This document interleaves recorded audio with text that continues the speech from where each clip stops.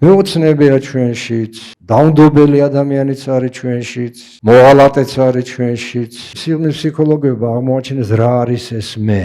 მე უხილავია, ჩვენ ყოველდღე ვდგებით დილას, ჩვენ გვიბრუნდება ჩვენი მე.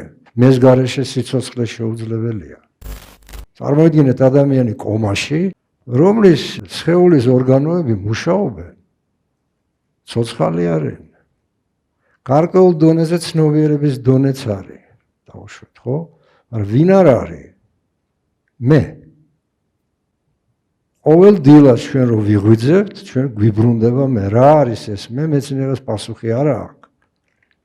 უბრალოდ ეს თვითდაკვირვების საშუალებით ჩვენ ვაღიარებთ, რომ ჩვენში არის მე რომელიც მართავს ჩვენ ფსიქიკურ სხვადასხვა ნაწილებს.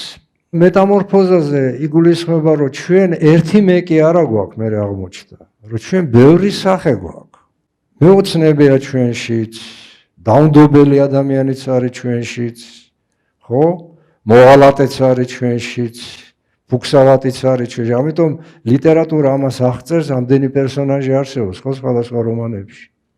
ეს ყველა ჩვენი ნაწილია, სხვანაირად ჩვენ ვერ გავიგებდით იმ პერსონაჟს, რომელსაც ამა თუ იმ მწერალი აღწერს.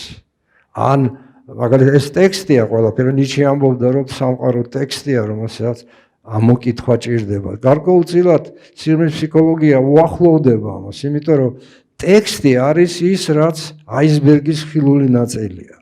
მაგრამ ქვეტექსტი, კონტექსტი არის უფრო დიდი, ღრმა. ადამიანი, რომელიც ლაპარაკობს ტექსტით, ის ყოველთვის მას ახლავს არაცნობიერი ნაწილი, კონტექსტი, ქვეტექსტი.